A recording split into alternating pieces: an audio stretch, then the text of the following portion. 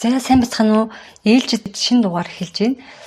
За энэ дугаарт болохоор хатан дөргөн гэдэг хүний зарц тийм өөрийн гэсэн юм зүн бэлгийн чадвартай. За тийм эмэгтэй байсан гэж ярьдаг. За тэр хүний талаар тэгээд мэдээж хатан дөргөнийхэн талаар. За энэ хоёр нийлж агаад алтан ургийн зайг тоолоод явах юм бол хэд болох юм бол 10 гаруй хүн баг шиг байна.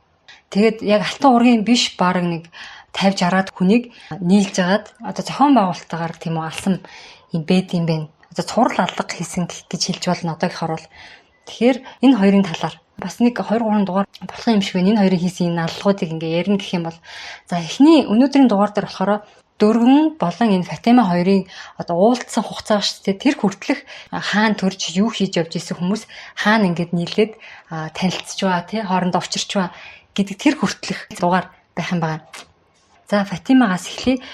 Энийг ярихдаа би бас давхар энэ японочдын гаргасан тэр Фатимагаар хийсэн анимашныг бихний 4 анги үзсэн байгаа. Тэгээд би бодохдоо энэ Монгол хатын онгон түүхийн Гялба гэдэг энэ номны дагуу эсвэл энэ номноос сэтгэлээд Фатимагийн түүхийг аним болгосон юм болов уу гэж бодож исэн чинь би буруу бодож исэн байлээ.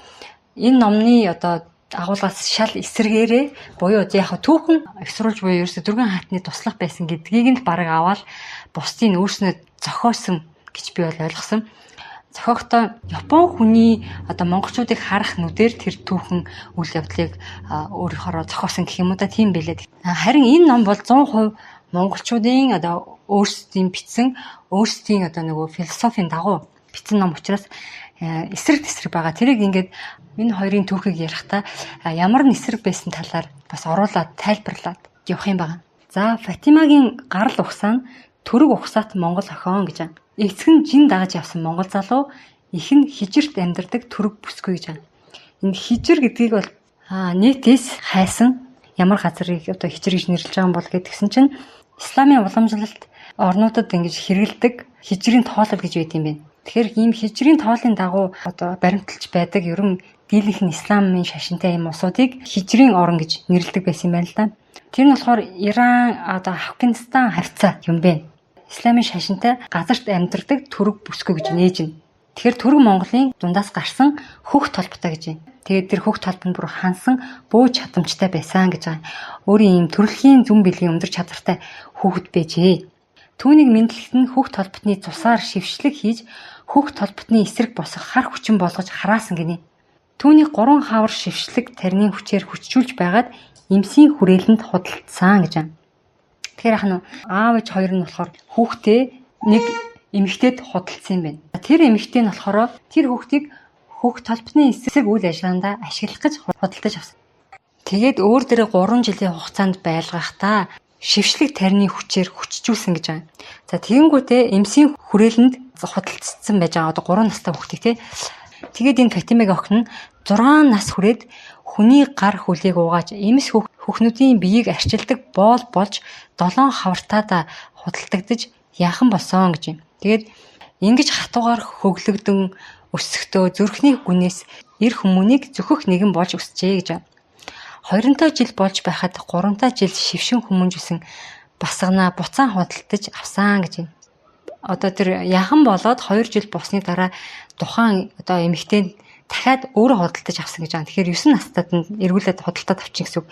Яхны газраас ингээд тэр бяцхан охиныг эхээс нь худалдаж авч шившиж яхан болгож байсан гэдгийг таниагвэ гэж юм тэр охин тий. Түүнийг зүгээр л тамийн орноос аварч байгаа сахиусын тэнгэр мэт ойлгосон гэж юм тэр охин. Өөрийг нь ээж аваас нь худалдаж аваад яхны газар зарсан хүн биш.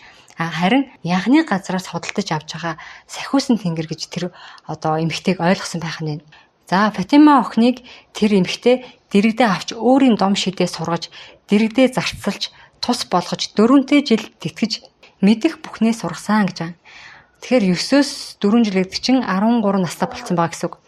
Тэгээд 4 жил болчоод энэ эмэгтэй өөд болсон. Фатима охин энэ үед хандлага үгүй, хамаатан садан үгүй, их орон харьяалах хүмүүн үгүй, хар нэгэн болсон юм аа. Түүнд яхны газраас өөр бараадах газар байсангүй. Олны газар хөл тавьж эгэл нэгнэр амьдрё гэтэл мэдлэг чадвар байгаагүй гэж байна. Багасаа л нэг гэр бүл төсөөг учраас нийгэмд ороход ямар ч бэлэн биш байсан байна. Тэгээд эргээд өөрийн мэддэг тэг өссөн яхны газар очиод шидийн хүч нийлээ сурцсан байгаа шүү дээ 4 жилийн турш. Тэгээд тэр олж авсан мэдлэгээрээ мөн өөрийн үзэсгэлэн гоо төрхөө ашиглан хамагтаа дээд яхны газар багхан мэдэх эм дом ухаанаараа яхныг сувилагч нэгэн болж өөрийгөө худалдсан юм а гэж байна. Сувилагч нэгэн шидтэн нэгэн учраас түүнийг дураар зарж чадсангүй гэж байна. Тэгэхээр одоо өөрийнхөө мэдсэн чадсан зүйлээрээ өөрийгөө худалдаад авсан гэсэн үг тий. Тэрээр алдартан яхан эмсээс үзэсгэлэнтэй байх, эрх хүмүүнийг татах, оюун ухааныг унтуулах, арх сархтыг урлах, түүнийг хүртээх гээд найр цэнгэлийн ухаанд нэвтрхий суралцсан. Үзэсгэлэнтэй төрх, зөөлөн авиртай түүнийг хүмүүн бүр нааштайгаар хүлээн авч, мөн тэнд байдаг зарим нэгэн шидтэй эмсээс мэрэглэх, төлөвлөх, зөгнөх ухаанд бас суралцаж байсан гэж байна. Бие ихэд дайчилж, хувилгаан шидэнд суралцсан бүсгүй болон ториноо. Хорцхон ухаанд гүн суралцаж, ямар тач хар хүмүүний сэтгэлийг булаагч нэгэн цэцэг болон дэлгэрсэн юм.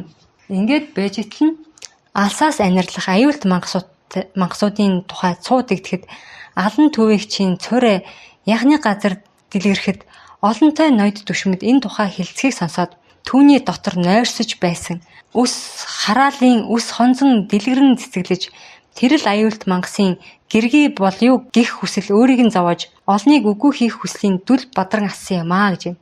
Тэр нөгөө төрөөл 3 нас хүртэл нь хараал хийсэн байгаа шүү дээ. Хүүхд толботнуудын эсрэг ажиллах тийм хараал хийсэн байгаа учраас хүүхд толботнууд ирж байгаа одоо мангасууд гэдэг нь одоо монголчуудыг хэлж юм л та тий.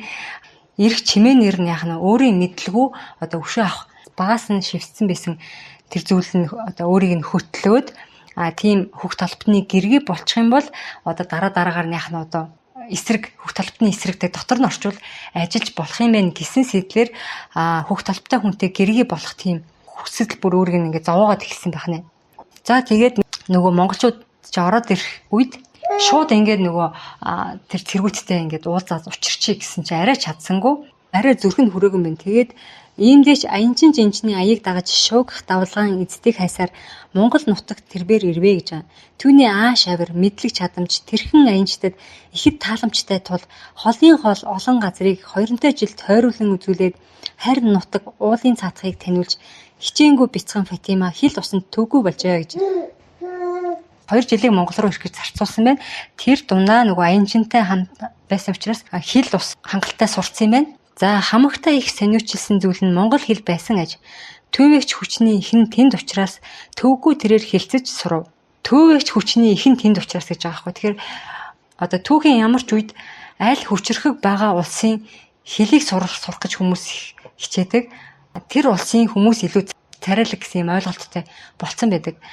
Одоо бол яг нь барууны те Европын эдийн засаг хүчтэй байлаа шүү дээ. Нэг хэсэг. Тэгэхээр бид нар бол яг нь Европ царайг илүү царайлаг гэж бол үздэг. Тэгээд англи хэлийг бол сурах гэж ирмэлцдэг тийм үү дэлхийн хэл байгаа. Хэрвээ Англи Америкийн хооронд магадгүй те Монгол ч юм уу Япон Солонгос ч юм уу Азийн улс орнууд хамгийн юм хүчрхэг байсан бол тэр орны хэлийг сурах гэж хүмүүс одоо хүсэх байсан. Тэгээ Аз царай илүү царайлаг гэж ойлгох байсан. Одоо гэхдээ одоо манай солонгосуудаас болоод дээрэс нь хятад эдийн засгаараа хүчрхэг болж байна. Тэгээд Азийн эрен үе эхэлж байгаа гэж би бол ойлгож байгаа. Аз царайтай болох гэж Европод хүртэл ингээд одоо нүүр аман буддаг. Тэгээд мис засалд орж байгаа ч сурахтай байсан. Энэ үед болохоор яг Монгол улс одоо тэр Мангас гэдэг байгаа нөхдүүд хүчрхэг байсан учраас тэр хэлийг бол сурах гэдэг нь шүү дээ тий. За тэгэнгүүтээ монголчууд болохоор хамгийн төвс юм царайлаг гэж үздэг байсан. Тэгэхээр Фатимад одоо Монголд очиод яг энэ төвөг бол учирж байгаа. Уртад мэдсэн эм хүмүүнийхээ уургалах чадамжаар эртээ ханил юу гэхэд хатуу жаягтай Монгол нутагт хартантай ханилах жаяг нь үгүй байв. Багахан судалтай түн рүү барлаг зарцсан мэт айшлав. Нэгэнтээ жил хартан гэж гадуур хагцсан Фатима Монгол төмнийг хүртэл дээд эзэн аврагч хүчин бус дэрэгдээ байгаа хурхирах бар гэж сэтгээд хүчийг хагсаад хүслээ биелүүлэхийг зорилхийлж хүчний нөмрийг ирээс биш эмээс ирлхийлээ гэж. Тэгэхээр эрэгтэй хүнд тоогдох байх нь шүү дээ. Монгол эрчүүд яг гадаад хүүхнийг хизээ тоох вэ гэхээр тийм доод язгууртай байж болохгүй. Нөгөө улсынхаа хааны охин ч юм уу те. За тийм байх тохиолдолд яг нэг ханилж одоо суух нь шүү дээ. Түнш гүнж хатнаас доошоо ингээл язгууртай байх юм бол тоож суухгүй нэ. Эсвэл ямар үе тоогдох вэ гэхээр маш юм одоо бөө чадамж сайтай Тухайн үед чинь болохоор манай хаад болоод дээд зэргийн ноёдууд бүгд ийм давхар зүүн бэлгийн чадамж өндөртэй байх тийм шалгууртай байсан байлээ. Тэгэхээр магадгүй нэлээд ийм өндөр чадвартай зүүн бэлгтэн байх юм бол тийм үү бүү улаач байх юм бол бас генээ сайжруулахын тулд ханилж болох юм. Түүнээс биш гадаад хүүхнүүдийг бол юм тоохгүй гэсэн үг. Тэр дундаа ийм сэнхэр нүдтэй те шар устэй ч юм энэ бол баг гаж гэж харагдана. За тэгэд эрэгтэй хүн тоохгүй болохоор нь яасан байх нь вэ? Эмэгтэй хүний тусламжийг лавъя да гэсэн байгаа юм. Тэгэд хоо дуулж хонжоо ярьж 8-чдыг дагаж айлаар хэсэж байхад алифтай алт эрдэнэс дуртай алтан ургийн хөвгүнийг түшигч хатан ахаатантай учирч гинэ гэж. За одоо ингэ нөгөө дөргөнтэй учирсан байх нь ингэж явж байгаа те эмэгтэй хүнийг түшээ гэж хагаад сувд танан эрднийх нь сууж чадлыг хэлж гоо чадамжийг нь өгүүлж мөн ийм хүмүүний эсэлдэг ухааныг ингэр хормойд бүжих хүрнэлийг тэр ахаатан аримтай хэр сониучилж гинэ гэж. Тэгээд хаан хүний барьсан эмгээд баг цолтон тэрбээр энэ л эмсийн ухаанаар ээлгэнд нойртож их хатан болох хүслээ чинхүү шулуунаар Патимат хэлэхэд тэрбээрч энэ сүүгчийг ашиглавал эрх мэдэлтэй болж давлгаалах зүгийг тандаж чадна хэмээгээд уг дуугүй өөрийгөө барьц болгож өгсөн юм. Ингэж дөрвөн Патима хоёр бие биентэйг учирсан болоо гэж. За одоо болохоор дөргөний тухай те дөргөн Патиматай уулзах хүртлээр хаана яаж төрж исэн те тэр талаар номон дээрхээс товчхон. За дөрөв нь болохоор 8 аймгийн зүүн гарын сайдын охин байсан юм байна. Яг газрын дуруу дээрээс харах юм бол 8 аймаг маань энэ одоо ховд баян үлгийн хавцаа юм уу та. За энд байсан. За мэрэгд нь болохоор 3 мэрэгд байсан юм байна. Төвийн, баруун, зүүн гэсэн 3 мэрэгд байсан юм байна. Тэр 3 мэрэгдийнх нь зүүн гарын ноёны хүүтэй дөргөнийг охиноо ураг барилдуулаад ерөнхийдөө хил залгай аймагуд хоорондоо эв түнжинтэй байхын тулд хүүхдүүдэд хооронд нь гэрлүүлдэг юм тохиолдол маш их байсан. Яг тэрэн шиг 8-ны дөргөн мэрэгдийн жахаа хамуугийн хүү болох хууту гэдэг хүнтэй бол суусан юм байна. Тэгээд тэр хүнээсээ болохоор нэг бага насны хүүхэдтэй тэгээд жирэмсэн байх үед нь тэмүүжнэр толгойлуулсан борчхон, хэрээд, аруулаад гих мэтчлэн Монгол аймагуд нийлж агаад 3 мэрэгдийг гурлан гин эзэлсэн юм байна л да. Тэр үед болохоор энэ зүүн гарын мэрэгдэд очисон байгаа энэ дөрвөний нөхөр нь одоо цухтаасан л гэж байгаа юм л да мэдгүй. Тэгээд тэр үеэр бага насны хүүхэд нь асуураад гидсэнтэх ураг нь бас эндцсэн юм байна. Дөрвөнийг болохоор 8-аа тишилж мэрэгдийг харж хандхад тус бол гэж өгөөдөд сойрхсон байна. Өгөөдөд одоо өгсөн байна 6 дахь хатан болгож. Дөрвөнтэй нөгөө ханилан сууж исэн мэрэгдийн хуутуу нь болохоор Таян хааны хамтаар хар хятныг бараадан цухтааж ам залгаваа гэж байна. Иргэн гэж итгэсэн дөргөн төрөөд нэгэн хавартай нуган үрээ хээлтэй хөвлийтэйгээ харуулдан үлдвэ гэж байна. Нэг настай байсан юм тэр хүүхэд нь. Олон мэрэгт нийлүүлж олны хүчийг хамсаатаж дотроо хүч хурааж цаг нь ирэхэд оргон дутааж 8 болон мэрэгдийг тусгаар болгоно гэж итгэн сэм хувилдаж байгаад өгөөдөд баригдаад гутгаар хатан байх суураа алдаж татвар юм болно суваа гэж байна. Ууг нь бол 3 дугаар хатан болгосон юм байна штэ. Анх бол тэнгуү шууд бүр татвар юм дээр бууж байгаа байхгүй хамгийн доод. Тэгээд нийт хүрээнээс түүнийг холдуулж нийтийн чуулганд үл орох болгож орох гарахыг нь цагдаж олны нүднээс холдуулваа гэж байна. Энд өсөрхөх дөргөн урд цуглуулсан мэрэгдээ хүч агсуулж цөөндүүлж мэрэгд гарвалтуудыг бутаар нь хороох гэж байна гэж цуу яриад тэгдэж Чингис хааныг Хипчак руу давтлах хойгуур эзэнгүү галыг эзэрхэн дайжин гарахыг оролдвоо гэж байна. За худлаа цууд игдээгээд зугтахыг бол оролцсон байх нь. За энийг Чингис хаан алсаас зарлиг болгон дайжин босох мэрэгдийг зүг дуустал хуваалт химээж өгөөдөд зарлиг болгоо гэж байна. Тэгээ бидний өвөг дээдс болохоор ерөн эзэлсэн улсуудаа нэг дор байлгадаг байсан юм байлээ. Нэг дор байлгахаар яг саяны шиг юм босго гарч ирдэг. Эргээ дайн өдөөх магадлалтай учраас хуваадаг байсан юм байлээ. Олон аймагуудад ингээд тархаан барьшуулдаг байсан юм байлээ. Магадгүй энэ нь нэлээд зөв бодлого байж болохын гэж бодож байна. Одоо нөгөө казакуудыг харахад гэх юм уу? Казакуудыг баян үлгээд нэг дор байлгаагүй талд байрлуулсан бол бас яах байсан те мэдэхгүй. За өөрийн дор байсан мэрэгд түмнийг өршөөл үгүйгээр таран хайж тэрэн өмөнд дөрвөн хөвгүүнээ болоод хээлээ хамтаар алдаж гансарваа гэж байна. Тэгэхээр нөгөө нэг настай байсан хүү тэгээд гизэнд байсан ургаа алдсан байна тийм үү. Түүний эрхийг хурааж хүмүүн бус боол болгож аягчин шивчин шиг түүнийг ууган хатан олхнуудын борхчонхоогийн хаа болгож ургаар нь захирахыг зөвшөөргөнэ. Ингэж сүр гунцсан дөргөн ирээн торгон дээлнээсээ хацаж, игэл олон ардаасаа салж, гар үзүүрээ зарагдах бол барлаг босонд ихэнтэй хилгэнэж, нэр цөрийг олох аргаа хайж, ний дунд ховийг сонсож, хисэж явдаг юм болов. Олны дунд алдарт байх эзэн хааны бараа бологч хогтны тэвэн тэнгэр, бусгай үйлээр алдарт гарсан бисүүдийн бүдээ зайран, оны цаацгыг онож хэлдэг, эдэнд дуртай онгоц зайран гуравтай танилцаж, тэнгэр хэмээгч юу болох, газар хэмээгчийн энийг таних бичгийг ирж, өдөр хоногийг илээх болов. Сурсан бүхнээ тэвэн тэнгэрт хуучилж, бүшсэн бүхнээ бүдээ зайранд ховлож, олсон бүхнээ онгоц зайранд зөөсөөр олох ухааны гарцыг нь эрен бидчихвэ. Олигтой хариу хэлэхгүй тэвэн тэнгэр зайран бие сархихаас хитийдэхгүй. Тэнгэрийн ээл байвал тэнхээ жижил таарандаа гэхээс өөрийг өгүүлэхгүй. Богшим харахгүй бүдээ зайран бузар үгнээс хитийдэхгүй. Шид байвал булааж болно гэж шидээ магтахаас өөрийг өгүүлэхгүй. Өгүүлэх үг болгондоо зоос нэхэх онгоц зайрантай эмбүү үгүй бол уулзаж чадахгүй. Он цагийг хилээсээр өнгө зүс нь муудаж, урдах хатны үзүүрт зарагдаж, хойд хатны ховонд унаж, ядарч туйлдах дөргөнд тулах таяг үгүй, түших хэрэг үгүй, зүтчин явхад өгөөдөө нүүр үзүүлж, өвөртөө бүлээцүүлж, боол байхыг нь болиулж, буцаан татвар юм болгоо гэж. Тийм сойрхоход дөргөн хевлидээ нуган үр тээж, гарсан үр гүйг инхрээ зөөлөн ааш, эрх жаахан мараагаараа эзэн Чингис хааны таалалд орвоо гэж. Дөрвөн эзэн хааны таалал өгөөдөө нүрийг олоод өөрийн байдал тухыг нэмэгдүүлэх гэж басхуу уртын алдаагаа давтамгүй гэж ихэд хичээнгүүлнэ.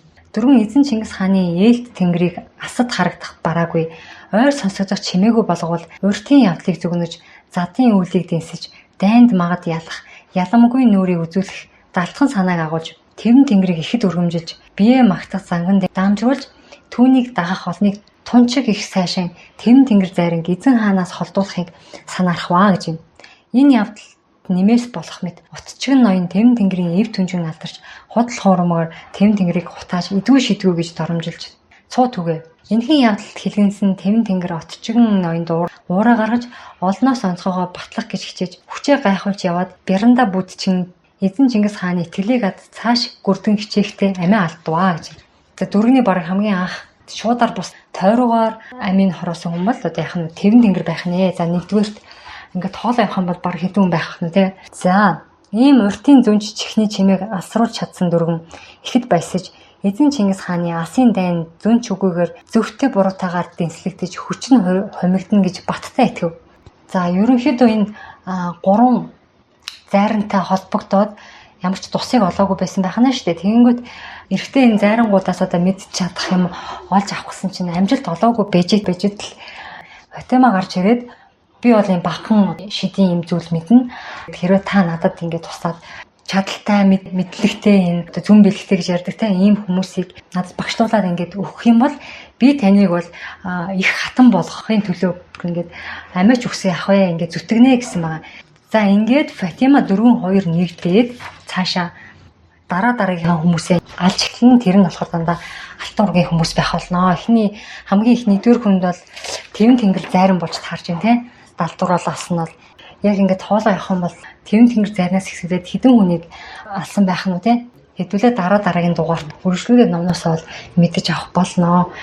Нэг осны те хамгийн их алтан ургийн хүмүүсийг алсан цуврал алга хийсэн 2 хүн маань байгаа. Толгоос нь мэдээж 4, тусалсан Фатима байгаа. Тэгэхээр тэр хоёрын төсөл байдлыг онгодуудын ярьснаар та бүгд хүрчээд дараа нь болохоор тэр хоёртой ярилцлага хийсэн байгаа. Тэр хоёрын сүнс нь болохоор тамд байгаа гэж ярьж байгаа. Тэр тамаас нь дуудаж авчираад өөрсдийнх нь амнаас одоо үгийн сонсон байгаа төсөл байдлыг. Тэгтээ мэдээж аль нь үнэн ярих уу, онгодууд үнэн ярьж гэнэ үү эсвэл тамд байгаа сүнснүүд үнэн ярьж гэнэ үү, та бүхэн маань өөрснөө бас харьцуулалт хийгээд өөрснөө дор бүрдээ бас дүгнэх байхаа гэж бодож байна. За тэгээд өнөөдрийн дугаар ингээд дуусгая. Дараагийн дугаар хүртэл түр баяртай.